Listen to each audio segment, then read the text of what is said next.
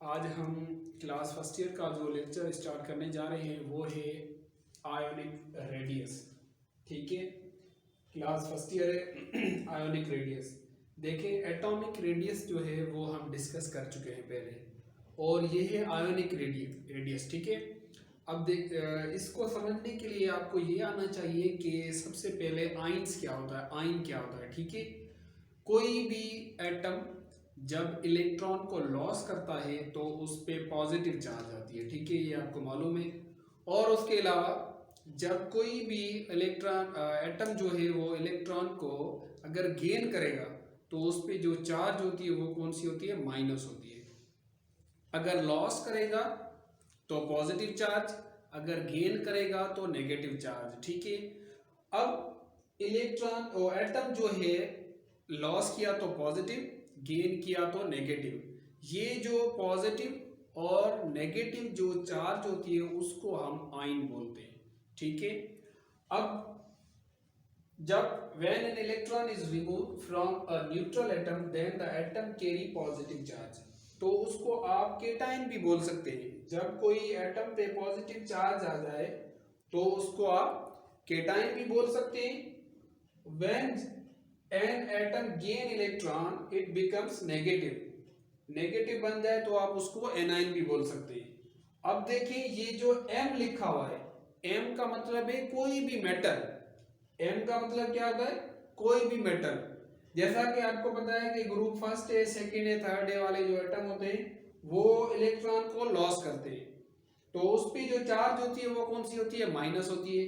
तो वो क्या होगा, सॉरी, उस पे जो चार्ज होती है वो पॉजिटिव होती है, तो वो क्या होगा, केटाइन होगा। अब देखिए, मेटल, और ये मेटल पे प्लस चार्ज इसलिए है क्योंकि इसने इलेक्ट्रॉन को क्या कर दिया है, लॉस कर दिया है। जैसा कि सोडियम है, एग्जाम्पल सोडियम की जो इलेक्ट्रॉनिक कॉन्फ़िगरेशन अगर हम करें तो सोडियम का एटॉमिक नंबर जो होता है वो होता है 11। तो फर्स्ट शेल में 2 इलेक्ट्रॉन, सेकंड में 8, जो थर्ड शेल होगा उसमें 1 इलेक्ट्रॉन होगा। ठीक है, अब ये एक इलेक्ट्रॉन को ये लॉस करेगा क्योंकि स्टेबल होने के लिए कोई भी एटम जाता है कि उसके वैलेंस शेल में 8 इलेक्ट्रॉन होना लाजमी है, तो तभी जाके स्टेबल होगा। ये अगर एक इलेक्ट्रॉन लॉस कर देगा तो ये इसका जो शेल है वो रिमूव हो जाएगा। ये इसका शेल है वो रिमूव होगा क्योंकि इसमें कोई भी इलेक्ट्रॉन नहीं है, तो इस पे जो चार्ज आएगी वो कौन सी होगी, पॉजिटिव, प्लस में इलेक्ट्रॉन, ये जो इलेक्ट्रॉन लिखा हुआ है।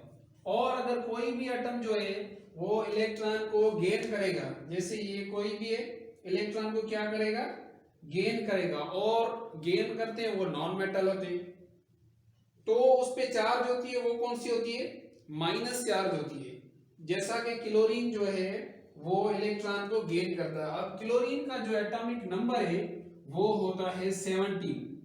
तो क्लोरीन का एटॉमिक नंबर 17, इसके फर्स्ट शेल में 2 इलेक्ट्रॉन, सेकंड शेल में 8 इलेक्ट्रॉन, जो थर्ड शेल होगा उसमें कितने आएंगे, 7 इलेक्ट्रॉन आएंगे। तो एक इलेक्ट्रॉन को ये गेन करेगा तो इस पे चार्ज कौन सी आएगी, माइनस चार्ज आएगी। ठीक है, इसको आप एनाइन भी बोल सकते हैं। इसको आप क्या बोलेंगे, एनाइन। जब लॉस करेगा तो केटाइन, जब गेन करेगा तो एनाइन बनेगा।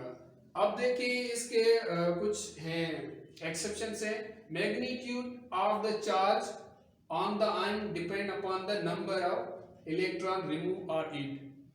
ये जो चार्ज होती है पॉजिटिव या नेगेटिव, ये डिपेंड करती है कि एटम ने कितने इलेक्ट्रॉन लॉस किए या कितने इलेक्ट्रॉन गेन किए।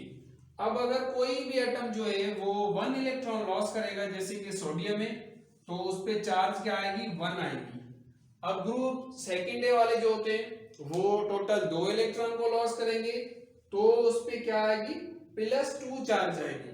आप इसको प्लस प्लस भी लिख सकते हैं और इसके अलावा +2 भी लिख सकते हैं, जैसा कि मैग्नीशियम है। अब मैग्नीशियम का एटॉमिक नंबर आपको मालूम है कि वो 12 होता है, तो इसके फर्स्ट शेल में 2 इलेक्ट्रॉन, सेकंड शेल में जो है वो टोटल कितने इलेक्ट्रॉन आएंगे, 8।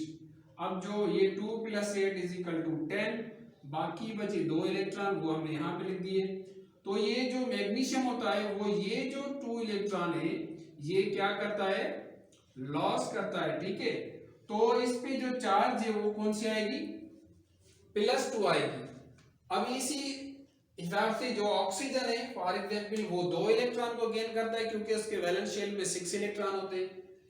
तो उस पे जो चार्ज आती है वो -2 आती है क्योंकि उसके वैलेंस शेल में 6 इलेक्ट्रॉन होते हैं, तो वो 2 इलेक्ट्रॉन को गेन करेगा। तो उस पे जो है -2 या माइनस माइनस भी लिख सकते हैं, जैसे कि ये ऑक्सीजन है, ऑक्सीजन का एटॉमिक नंबर होता है 8, फर्स्ट शेल में 2 इलेक्ट्रॉन, सेकंड में जो 6 होते हैं। तो ये 2 इलेक्ट्रॉन क्या करेगा, गेन करेगा। तो ऑक्सीजन पे या तो आप माइनस माइनस लिख दें या तो आप -2 लिख दें, बोथ आर करेक्ट।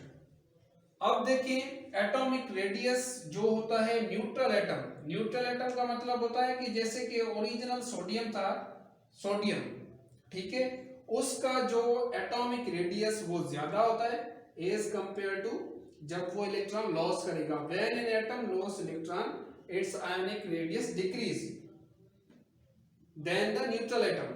अब देखिए सोडियम का जो रेडियस है वो आप चेक कर ले, तो टोटल कितना था, 2, 8 एंड 1।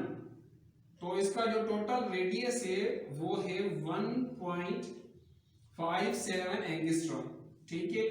अब देखिए जब ये लॉस करेगा आप खुद समझ सकते हैं कि इसका एक शेल कम हो गया तो इसका रेडियस भी कम हो जाएगा। तो ओरिजिनल जो एटम है न्यूट्रल एटम से जो पॉजिटिव जो आयन का कैटायन का जो रेडियस होता है वो क्या होता है, कम होता है, 0.9 हो जाएगा जब वो इलेक्ट्रॉन लॉस करेगा, क्योंकि इसका जो एक शेल है वो रिमूव हो चुका है। और जो इलेक्ट्रॉन गेन करेगा उसका जो रेडियस होता है वो क्या हो जाता है, इंक्रीज हो जाता है, बढ़ जाता है। जैसे कि क्लोरीन है, अब क्लोरीन का 0.99 एंगस्ट्रॉम होता है रेडियस।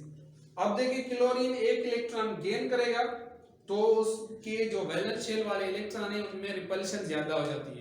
रिपल्शन बढ़ जाने की वजह से उसका जो रेडियस है वो भी क्या हो जाता है, इंक्रीज हो जाता है। इसका कोई क्लोरीन का शेल वगैरह इंक्रीज नहीं होता कि एक इलेक्ट्रॉन आने से उसका शेल बढ़ जाएगा, शेल नहीं बढ़ेगा, उसकी शेल उतनी रहेंगे। जो उसमें इलेक्ट्रॉन है उनमें रिपल्शन ज्यादा होने की वजह से वो उसका जो एटॉमिक रेडियस है वो जो है वो इंक्रीज हो जाता है, ठीक है बेटा।